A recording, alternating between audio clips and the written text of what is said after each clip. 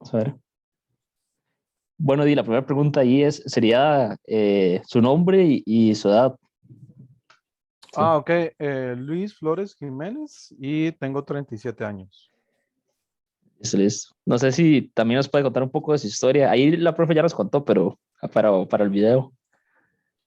Ok, claro, ¿no? Bueno, mi condición de discapacidad es una condición de discapacidad física. Se llama artrogriposis, ¿verdad? Que esto es artrogriposis múltiple congénita. Eso fue de nacimiento. Eh, entonces, sí, ha sido como una experiencia, una condición de vida en donde yo he pasado prácticamente por los tres modelos que se viven en la discapacidad. El modelo tradicional, el modelo médico rehabilitador y el modelo social, ¿verdad? Entonces, para mí ha sido como algo muy importante lo que ha sido la vivencia. De niño, bueno, sí, sufrí muchísima parte de lo que es de la discriminación dentro del sistema educativo. Ahí fue donde conocí lo que era la palabra discriminación. Eh, sí, yo, o sea, me crié con amigos, niños de 5 o 6 años que desde ahí comenzamos a jugar y ellos nunca vieron ningún tipo de diversidad, ¿verdad? En la cuestión de la movilidad, que si ellos se desplazaban de una forma, yo me desplazaba de otra, no había ningún tipo de barrera. Sin embargo, en la escuela sí, en la escuela ahí fue cuando ya viví la parte la discriminación, de la sobreprotección por parte de los docentes, Mm. eh, la, la integración que era, estaba formado parte del aula, pero de una parte, pero por aparte. Entiendo. Eh, de ahí fue donde también pasé por la parte médico rehabilitadora, en donde me hicieron muchas operaciones y pensando que lo mío era una cuestión de que se podía operar para que yo volviera a caminar, terapias, etcétera, que fueron sumamente dolorosos, ¿verdad? Estamos hablando con 9 años. Imagino, claro. Sí, ya luego, una de las cosas que yo siempre he creído es en la parte de la reconstrucción de la masculinidad desde la discapacidad, porque mm, a pesar de que el 69.1% de la población con discapacidad es mujer y se centra mucho también en la parte de lo de los derechos de las mujeres, del cual yo también yo estoy totalmente de acuerdo, pero a la misma vez se deja de lado la parte de la masculinidad en la discapacidad, donde uno también, por una falta de capacitación, ¿verdad? En lo que es la inteligencia emocional, todo lo que es la salud mental de la población con discapacidad, eh, hay un estudio en España donde se dice que solamente el 16% de la población con discapacidad tiene una buena salud mental. Ahora imagínate que en Costa Rica ni siquiera tenemos esas estadísticas.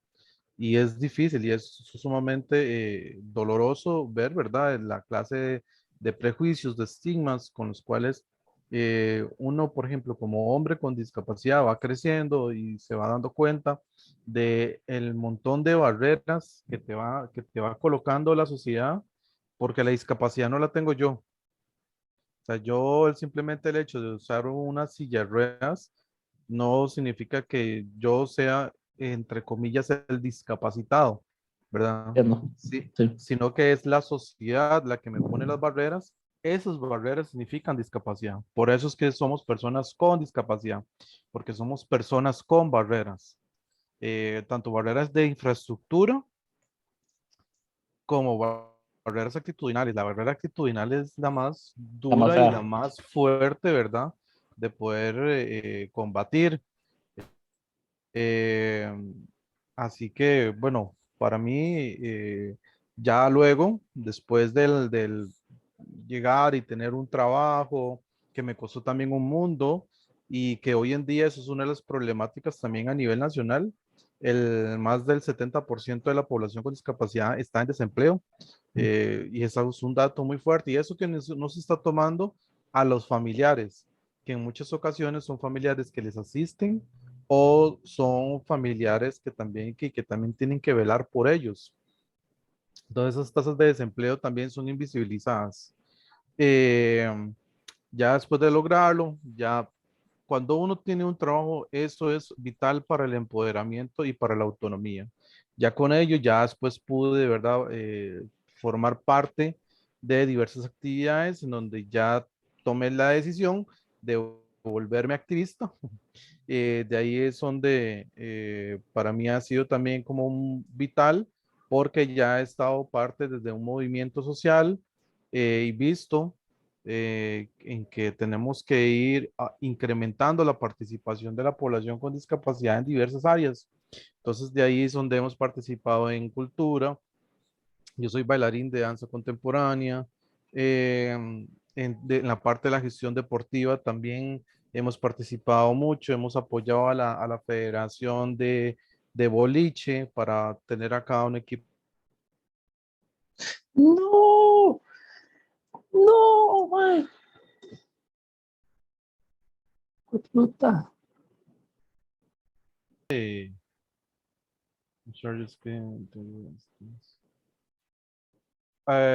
Sí, no, y solamente como para terminar un poco, ¿verdad? Lo que les estaba comentando era de que sí, para mí ha sido también vital desde la parte de la incidencia política, entonces por ahí es donde también hemos estado trabajando muchísimo desde el gobierno central, de las municipalidades, para ir formulando lo que es legislación, reformas, ir comprometiéndonos un poco más con la participación de la población con discapacidad dentro de la sociedad, eh, que es vital, es vital, es vital, es vital. Y está amparado por una ley, pero no se cumple. Entonces, Eh, eh, estas, nosotros lo fiscalizamos prácticamente. sí, ¿cuál es esta ley? Perdón. Mira, no te quiero asustar, pero en Costa Rica existen 30 leyes que tienen que ver en relación con discapacidad. Son 30 y son muy, muy diversificadas las leyes. Te comento, digámosle como que las dos más importantes, bueno, todas son de un carácter, ¿verdad? Importante, pero hay dos que sí son de un carácter así como referentes, como para ponerle una palabra. Es la ley 7600, que es de la igualdad de oportunidades. Esa ley tiene ya 26 años. Y la otra que es de la 8661, que es de la Convención de los Derechos de las Personas con Discapacidad. Sí. Esos son, digámosle, como que las dos referentes en temas de discapacidad. Ya, ya. ¿Y qué es esto que va a ocurrir con la ley 7600? Que, o sea, me recuerdo que lo vimos en clase, pero no, o sea, de verdad, no sé. ¿Que la van a reformar o qué es el, o no? Entonces, por Ah, perder. sí, claro, claro, claro. Eh, para nosotros, digámosle, es... lo siento. No. Para nosotros sí es como, como importante, ¿verdad? Eh,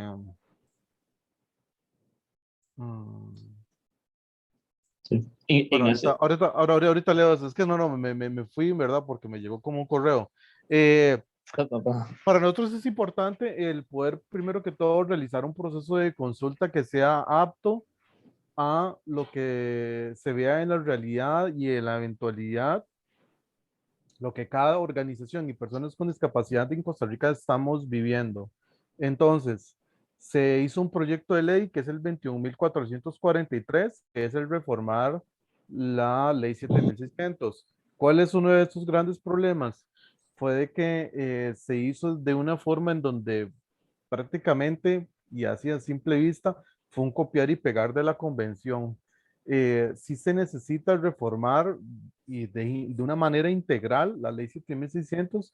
Sin embargo, sí se tiene que hacer por parte de un proceso de consulta que sea apto, que desafortunadamente, a pesar de que en la Asamblea Legislativa no existe un reglamento o un proceso en donde se llegue a tener una herramienta de cómo consultarle a la población, pero que por lo menos se tenga, ¿verdad?, la gentileza de convocar a organizaciones, de poder convocar también a activistas de personas con discapacidad y también hasta lo que son sus familiares, Ujú. amistades o personas que tengan interés para poder realizar esto que es sumamente vital para el país.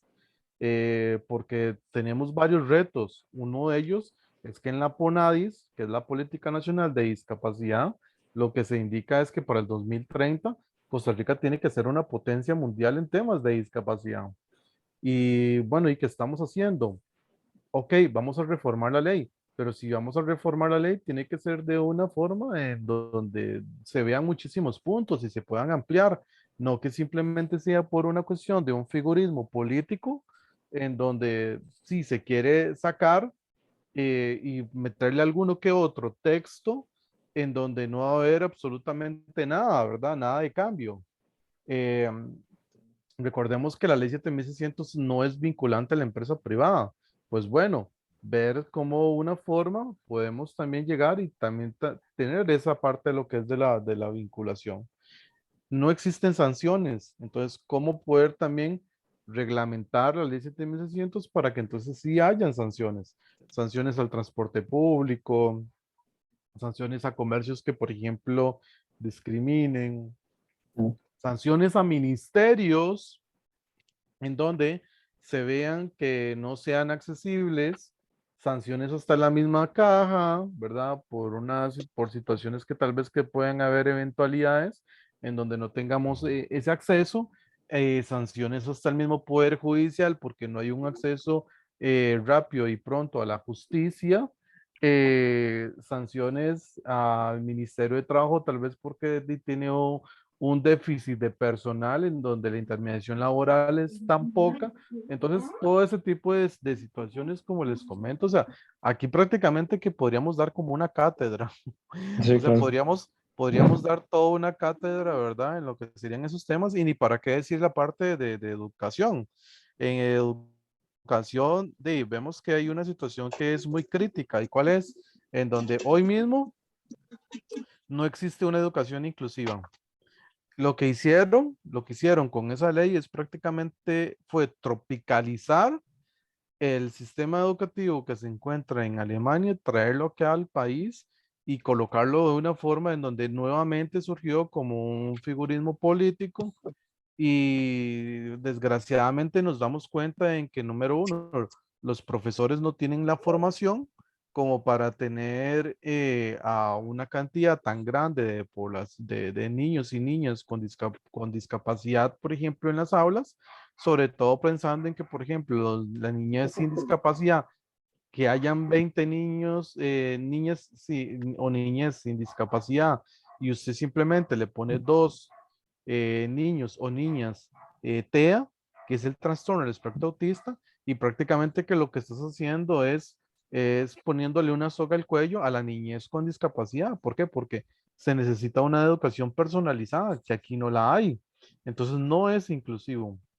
Entonces, como te digo, son muchísimos los temas, ¿verdad? Que se pueden valorar y que se pueden ver y que definitivamente hay legislación, pero la legislación no hay quien fiscalice. Bueno, solo un ejemplo, en el 2012 estamos hablando que se oficializó como la segunda lengua oficial de Costa Rica, la LESCO, la lengua de señas costarricense.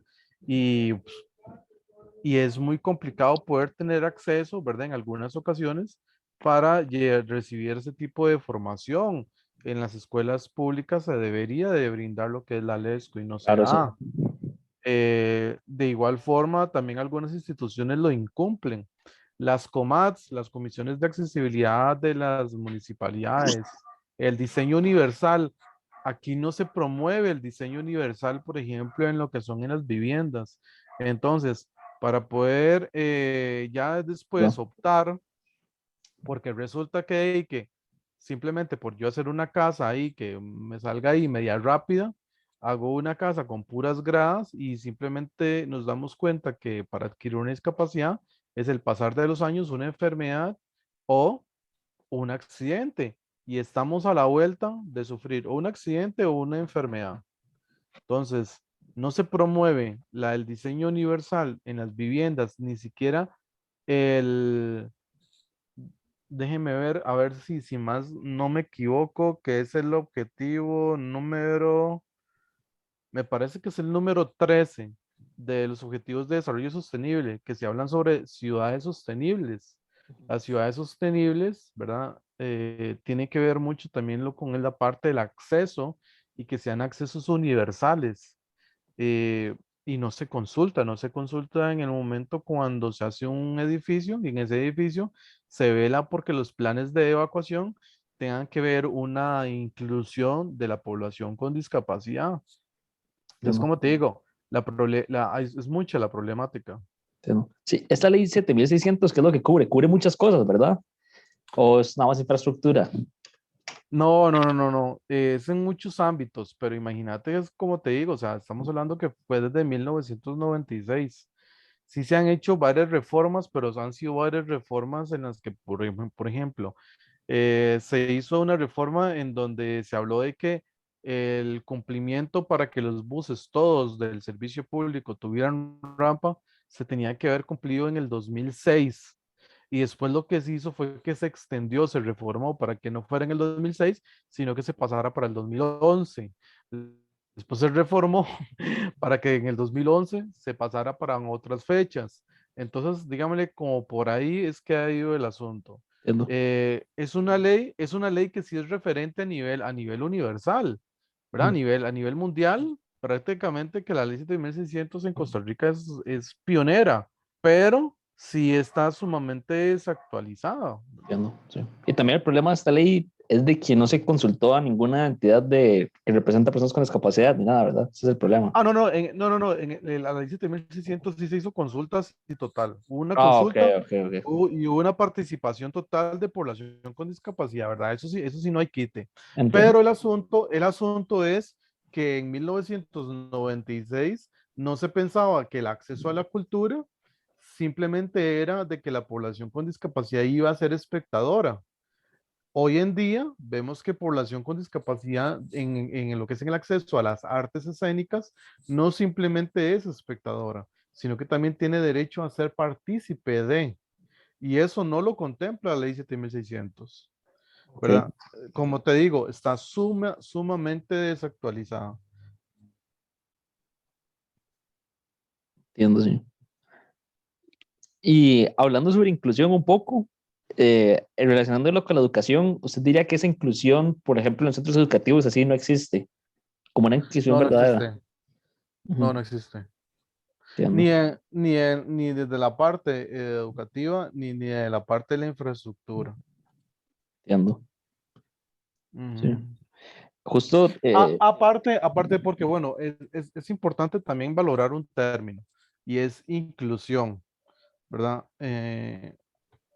Recordemos, ¿verdad? Que eso es algo sí sumamente importante, que cuando estamos hablando de inclusión de personas con discapacidad, sí tenemos que ser muy específicos, porque cuando tiramos el término inclusión a nivel general, ahí sí decimos, ok, ¿por qué en el sistema educativo no los libros que se encuentran de estudios sociales o etcétera, por qué todos tienen que estar en castellano?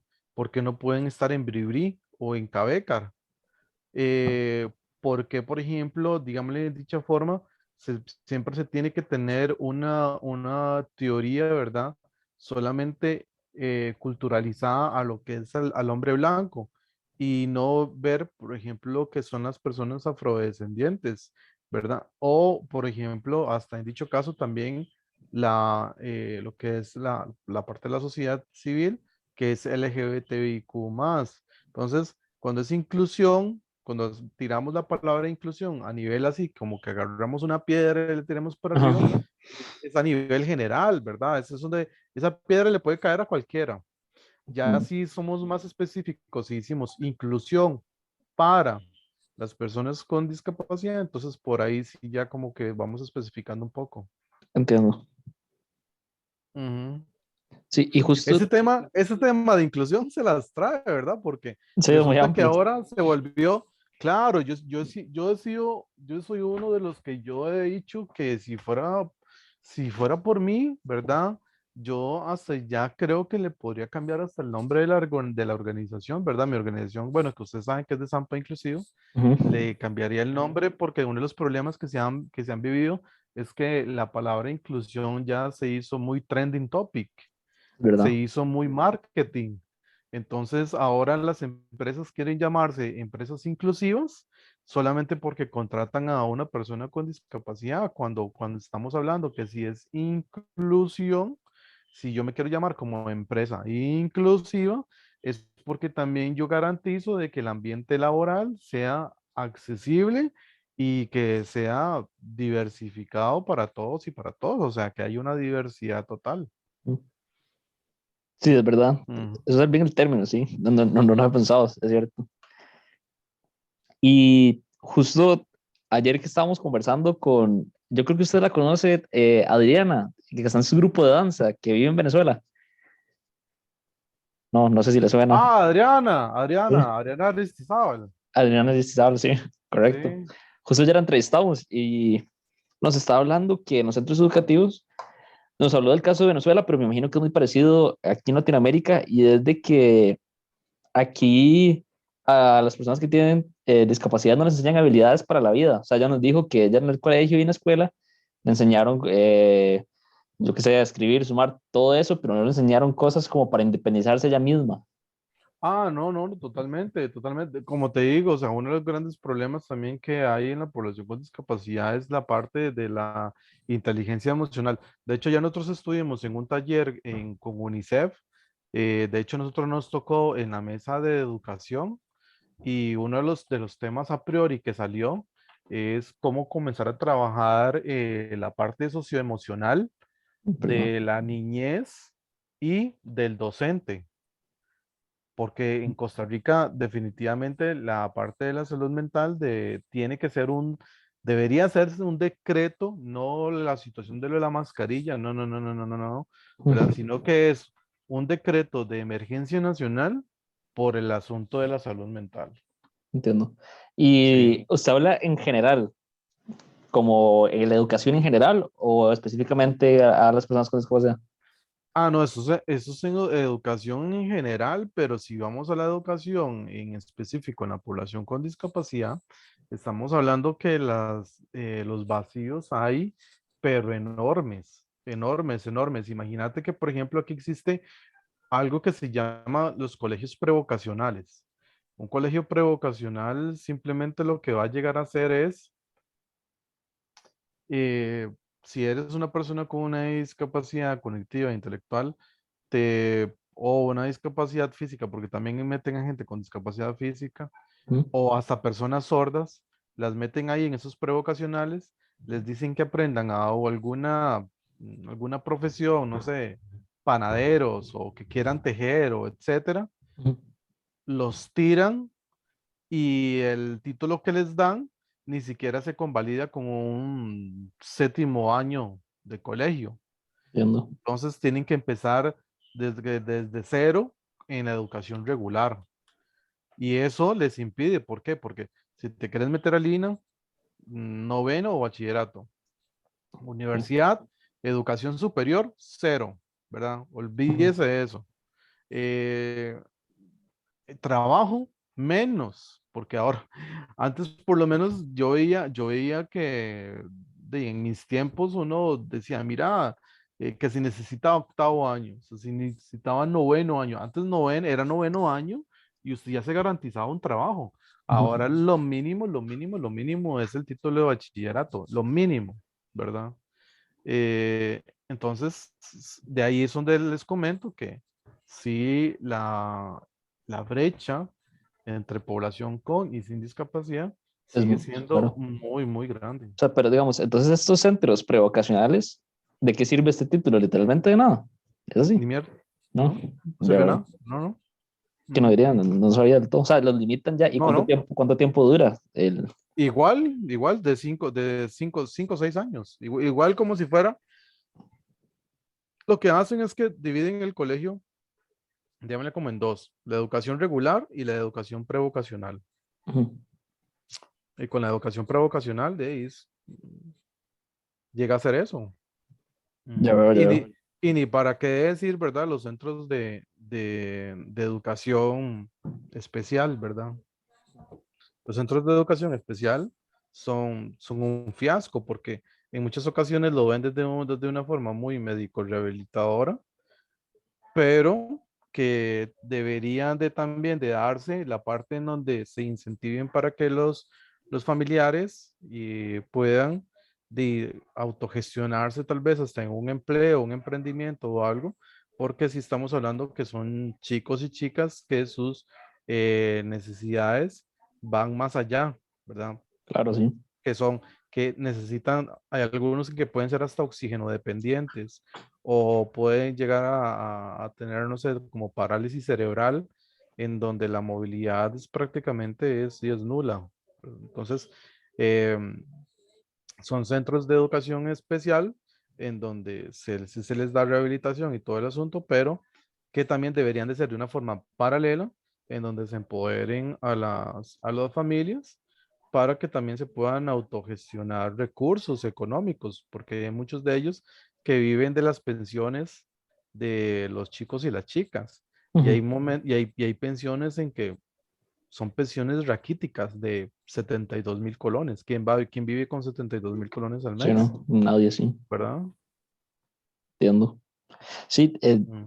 yo no sabía que el problema en la educación, o sea, yo sabía que en general el sistema educativo tenía muchos problemas, pero, o sea, va mucho más allá, o sea, es una cuestión profunda. Totalmente, totalmente. Sí, justo todas las entrevistas en la primera entrevista que hice de todas, era, eh, no, mentira, una muchacha que nos llegó a hablar a clase nos comentaba de que ella en el colegio y en la escuela ni siquiera le enseñaron a leer y escribir, que ella lo que le enseñaron fue cómo comportarse socialmente, qué hacer y qué no hacer. Pero eso ya a un nivel, digamos, que lo que ella ocupa, si ella quiere estudiar algo en la universidad, y por supuesto tiene que primero aprender a leer y escribir, y todo ese tiempo que ella estuvo ahí fue como tiempo perdido. Bueno, a mí simplemente por ser usuario de muletas, ¿verdad? Me eximieron de educación física. Entonces yo en todos mis años del colegio nunca hice una sola clase de educación física, sino que a mí me tocaba era cuidar los bultos de los demás, ¿verdad? Los bultos de mis compañeros. Entonces, imagínate lo complicado y lo difícil que había en muchas de esas ocasiones. Claro, Ujú, sí, que no diría. No, de verdad, sí, no sabía del todo. ujú. Y, por ejemplo, específicamente en su colegio, digamos, como ¿cómo decirlo? Como la infraestructura no Ah, estaba era, capacitada. la biblioteca se encontraba en un segundo piso. Eran demasiadas gradas. Ujú. Entonces, habían salones en donde no habían techo. Entonces, cuando era invierno, obviamente se mojaba. Entonces, prácticamente que caía uno como a cada 5 metros, ¿verdad? Eh, el movilizarse de una aula a otra, también eso representaba muchísimo, muchísimo peligro. Me recuerdo que una vez también pusieron un poco de cemento y ni siquiera tuvieron la delicadeza de poner ahí como un letrerito y simplemente cuando yo llegué, ¿verdad? Y patiné.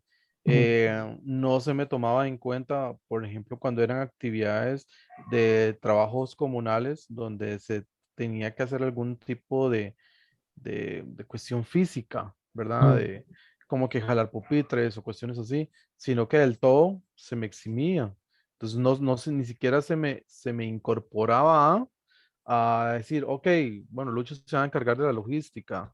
Entiendo. O mira, Lucho va a poder tal vez hacer eso, va a poder hacer lo otro. Sea, ni siquiera O no lo consultaban con usted, ni siquiera. No, no, no, no, no, no, no, no, no, no, no. O si no, los festivales de deportivos, me recuerdo perfectamente donde también, o sea, se nos dejaba por fuera, sabiendo que ya en ese entonces, ya el deporte paralímpico en Costa Rica estaba en crecimiento. Entonces, yo no. ni siquiera se llegó a promover ese tipo de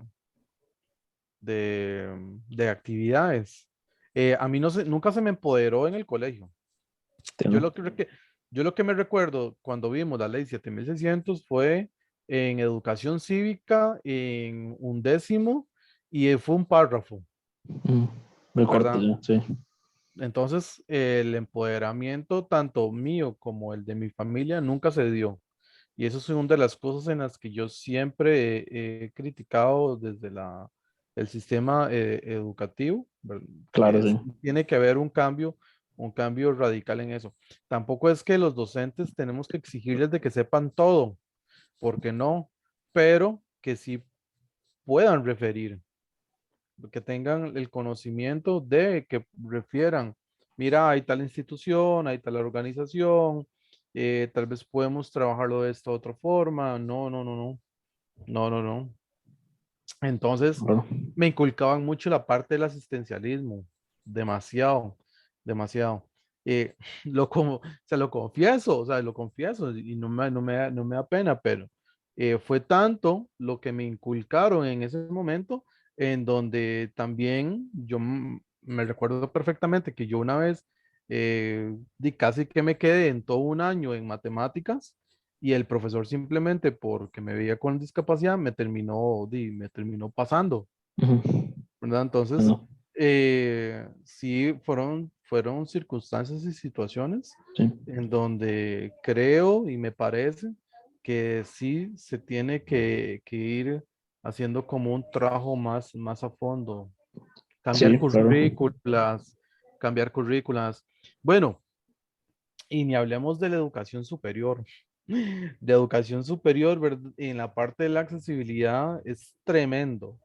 Yo me recuerdo, por ejemplo, que yo iba a dar varias charlas en la UCR y me ha tocado montarme en un ascensor, ¿verdad? En donde yo digo, bueno, y esta vaina parece que los hicieron los Picapiedra, No. porque, porque eso sí, de tener que estar esperando Ujú. a que llegue alguien de la oficina y le pase llave y abren el portón y se esperan a que el ascensor llegue y en el ascensor si acaso cabe como de yo y la silla de ruedas y entonces sube o sea, y cuando estoy arriba yo me quedo pensando, ¿qué pasa en una cuestión de una emergencia? Sí, no. ¿Cómo rayos se puede llevar y evacuar, verdad? Yo siempre he tenido ganas como de incentivar a hacer un reto entre universidades públicas y poder saber cuál es la universidad pública que tiene más accesibilidad. Por lo menos no sé, muy poca accesibilidad tiene. Exactamente, exactamente. Sí. A pesar que se presume de esa accesibilidad, muy pocas veces, ¿verdad? Lo he notado. Y sobre todo también desde la parte actitudinal, ¿verdad? Como ver, por ejemplo, guardas que de una vez uno entra y te dicen discapacitado. O por ejemplo, simplemente el hecho de pasar de un campus a otro, son distancias increíblemente enormes, y distancias increíblemente grandes. Y me recuerdo perfectamente que una vez yo tomé lo que es el bus eléctrico y el chofer estaba, pero enojadísimo porque tenía que hacer la cuestión de la rampa. Ujú. eh, y llegar y amarrarme y todo el asunto. Y se veía la actitud de la persona. Claro, no. Entonces, sí, sí, sí, son situaciones en las que serían como interesantes en algún momento promoverlo. Sí, en OCR específicamente sí, como que por decirlo de alguna manera lo rajan mucho. Es que nunca me lo he cuestionado yo porque nunca lo he visto, pero sí, no sabía que esa accesibilidad era nula. No lo había pensado. Sí, sí promueven, pero llegan y, por ejemplo, el utilizar un espacio que sea para personas con discapacidad para parquear es un mundo, porque sí se piensa en el estudiante, pero no se piensa en el visitante. Es verdad. Entonces no se piensa en la persona que va a visitar o la persona que, por ejemplo, en mi caso, que yo voy o no sé, me invitan a ir a danzar o me invitan a ir a dar una charla o me invitan a alguna reunión. O sea, no se piensa en el visitante, sí se piensa, no sé si en algunas ocasiones será eso, ¿verdad? Pero sí se conlleva, sí me han dicho, ¿verdad? Que en algunas ocasiones, pues sí se ve también limitantes desde los apoyos técnicos que se brindan en la universidad, como interpretación del ESCO, que es documentación en braille, etcétera, entre otras. Eh, pero, pues sí. Sí. Y una pregunta, ahora que estamos hablando sobre la educación, y que usted dijo que su empoderamiento no se de ahí, ¿cómo fue que, digamos, todo lo que es el activismo y el empoderamiento, lo que usted tuvo que hacer para conseguir un trabajo fue por su propia cuenta? Fue todo por mi propia cuenta. Ujú. O sea, tuvo que investigar por fuera y toda esa clase de cosas. Y prácticamente que también hasta utilizar, yo por ejemplo, yo salí del INA, yo salí del técnico del INA de servicio al cliente, entonces de ahí fue donde tuve que utilizar, ¿verdad? Algunos recursos, un primo que es director del INA, como Ujú. para poder entrar, ¿verdad? Porque sí se volvía algo complicado. Entiendo, sí, Ujú. claro. Que por eso es que nosotros hicimos la organización, justamente para incentivar esa participación y que las cosas no cuesten tanto como a muchos nos ha costado, sino que más bien Claro. es como que ir chapeando ese camino para que las futuras generaciones y las presentes no les cueste tanto y más bien podamos tener una sociedad cada vez más equitativa. Sí, me imagino como los pioneros, pues, por decirlo de cierta manera. Los Haz- pioneros. como dejar huella. Yo le Dejar huella. diría, digamos, en Dejar vez de huella. pioneros, digámosle dejar huella, Dejar huella, entiendo. ¿verdad? Porque pioneros, hay gente que sí tiene, bueno, ni como por ejemplo, como un tipo como Pat Roberts, que él fue también el pionero del movimiento de vida independiente en los Estados Unidos. Entiendo. Pues él sí, ¿verdad? Pero acá en Costa Rica lo que queremos es dejar huella justamente en eso, desde la parte de la sociedad, de que vean que también que tenemos acceso a las artes escénicas, acceso al deporte, acceso también a espacios recreativos, acceso también a una buena salud mental, accesos al trabajo, accesos a una educación de calidad, porque de nada sirve también tener una educación si no es una educación de calidad, Ya. acceso a la vivienda, acceso también a una justicia pronta, rápida, acceso, ¿qué te digo?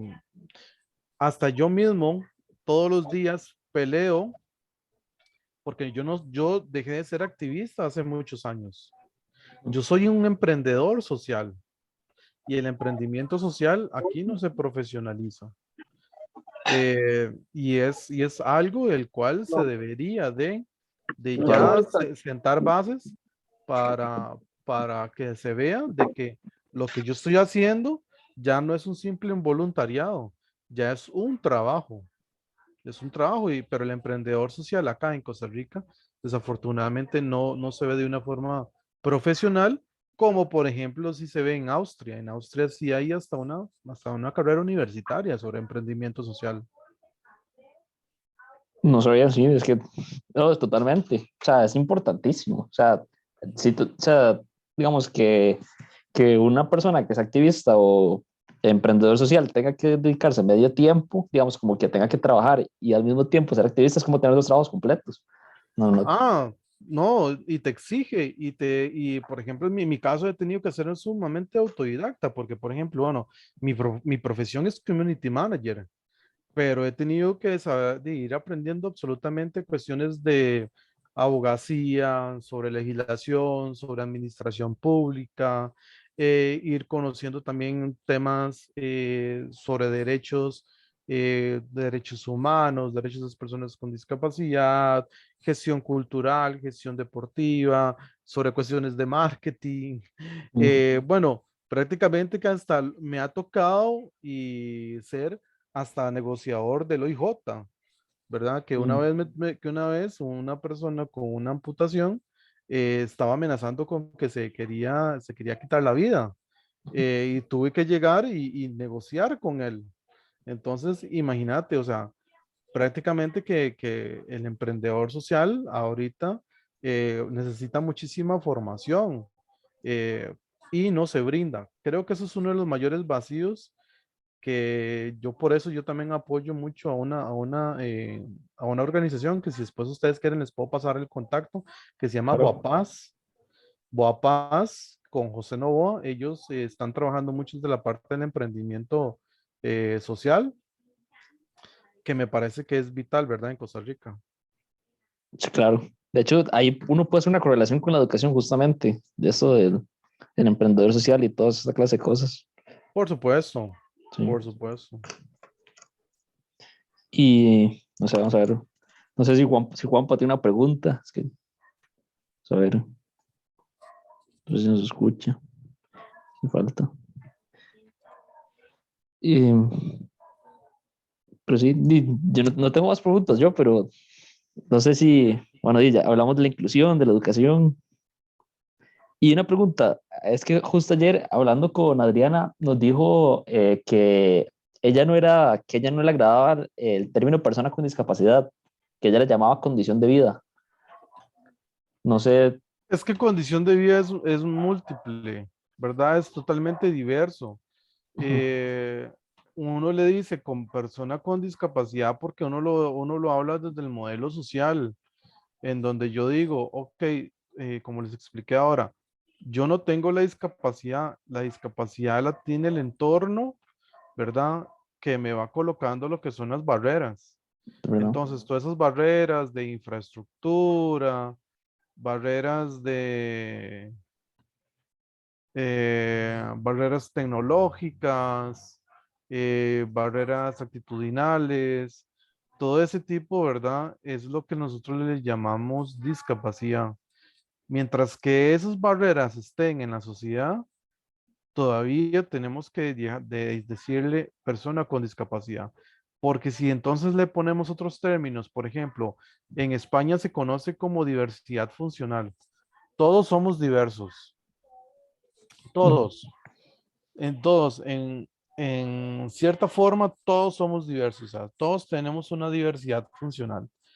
Si nosotros simplemente queremos ocultar e invisibilizar el término de discapacidad, lo que estamos siendo más bien es cómplices de esas barreras. Ok, Y ya. estamos más bien diciendo, ok, esas barreras pueden continuar. Entonces, por eso es que nosotros somos muy insistentes en eso, en que no. O sea, sí se tiene que decir las cosas como son y las cosas como son ahorita mismo es que somos personas con discapacidad. Entiendo. Ahora, esto también va evolucionando, va en una evolución constante, ¿verdad? Se sigue todavía trabajando y por el cual también se le puede decir persona con condición de discapacidad. Ok, ya veo. Ujú. Pero sí, términos como discapacitado es despectivo totalmente, ¿no? Jamás, Sí, jamás. entiendo. Sí, jamás, ¿verdad? Sí, no, no. Entiendo. Ni discapacitado, ni sordomudo.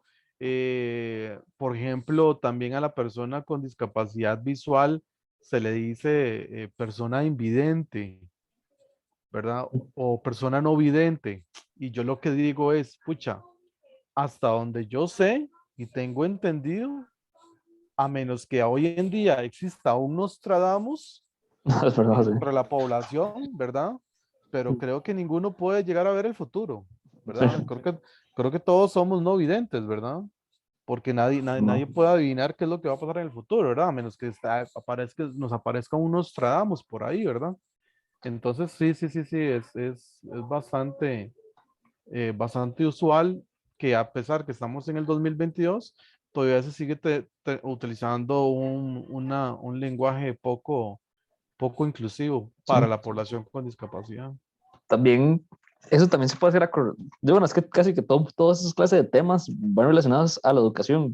Eso sí, digamos, antes de que me tocara, de que nos tocara este tema, yo sí lo pensaba mucho en clase, de que, por ejemplo, pensaba mucho de los casos que nos contaba la profe y me puse a pensar de que tal vez muchas personas no lo hacen como con el miedo de ofender o esta clase de cosas, pero es que fácilmente de verdad no lo conocen, como que son ineducadas en el tema. Creo que eso es por una cuestión también, aunque hay muchas veces que refuto con muchas personas y es de que yo lo que les digo es que la gente se interesa en el tema de discapacidad cuando la vive ella misma o cuando lo vive algún familiar o cuando lo vive algún ser querido. Si no es así, la verdad es que a mí el tema de discapacidad no me interesa.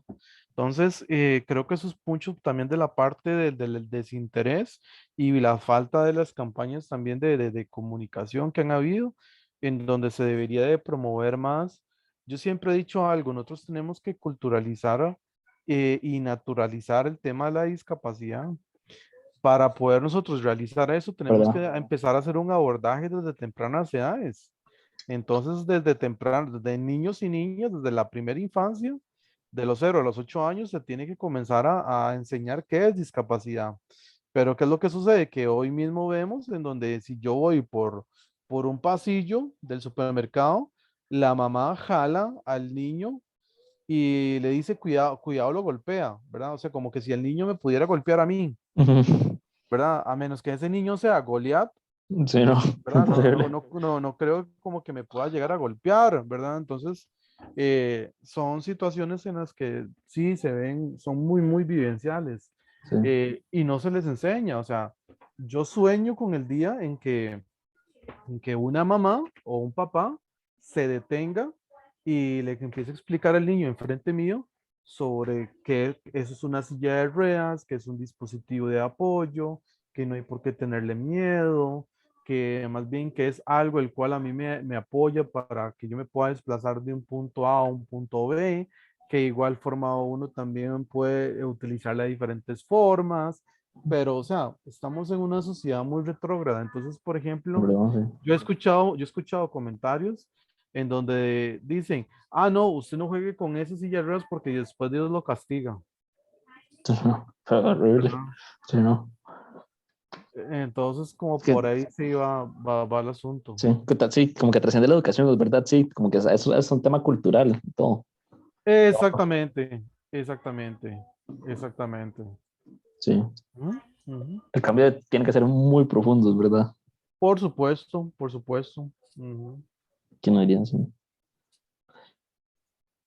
Y no sé, Lucho, no sé si lo dejamos aquí, no sé cómo lo ve. Claro, claro, no. Más bien ustedes tienen mi contacto. Si es el caso de que necesitaran algo